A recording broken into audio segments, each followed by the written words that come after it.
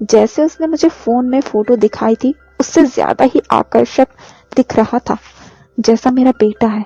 मैंने बोली, क्या तुम मेरे बेटे की एक्टिंग कर सकते हो? वो बोला, ये कैसा सवाल है? मैंने बोली, चाहो तो ज्यादा पैसे ले लेना। उसने तुरंत ही हाँ में जवाब दिया।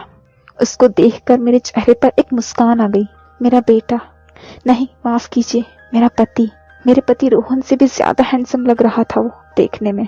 मैंने उसे अंदर आने के लिए कहा। अंदर आने के बाद मैं मेन डोर बंद कर दिया। बेडरूम में जाते ही मैंने दरवाजा बंद कर दिया और उसने मेरी तरफ बढ़ते हुए कहा, चलिए मैडम अब शुरू करते हैं। मैंने कहा, रुको, मैं भी आती हूँ। मेरे बाहर निकलते ही उसने मेरी तरफ देखा। जब उसने मेरी तरफ देखा तो उसका मुंह जैसे खुला का खुला रह गया। मैंने पूछा, क्या देख रहे हो? उसने कुछ जवाब नहीं दिया और बस नजरों से मेरी तरफ देखता रहा। मैं धीरे धीरे चलकर उसके पास गई और बेड पर जाकर उसके पास जाकर बैठ गई और उससे पूछी, क्या लोगे, चाय, कॉफी या फिर कुछ ठंडे में? वो बोला, ये सब तो बात की बात है, मैं तो वो लूंगा जो लेने लायक है। ये सुनते ही मेरे चेहरे पर स्माइल आ गई। मेरा मन कर रहा था कि मैं उसको देखते ही रहूं, क्योंकि वो देखने में इतना हैंडसम था कि मेरी नजर ही नहीं हट पा रही थी।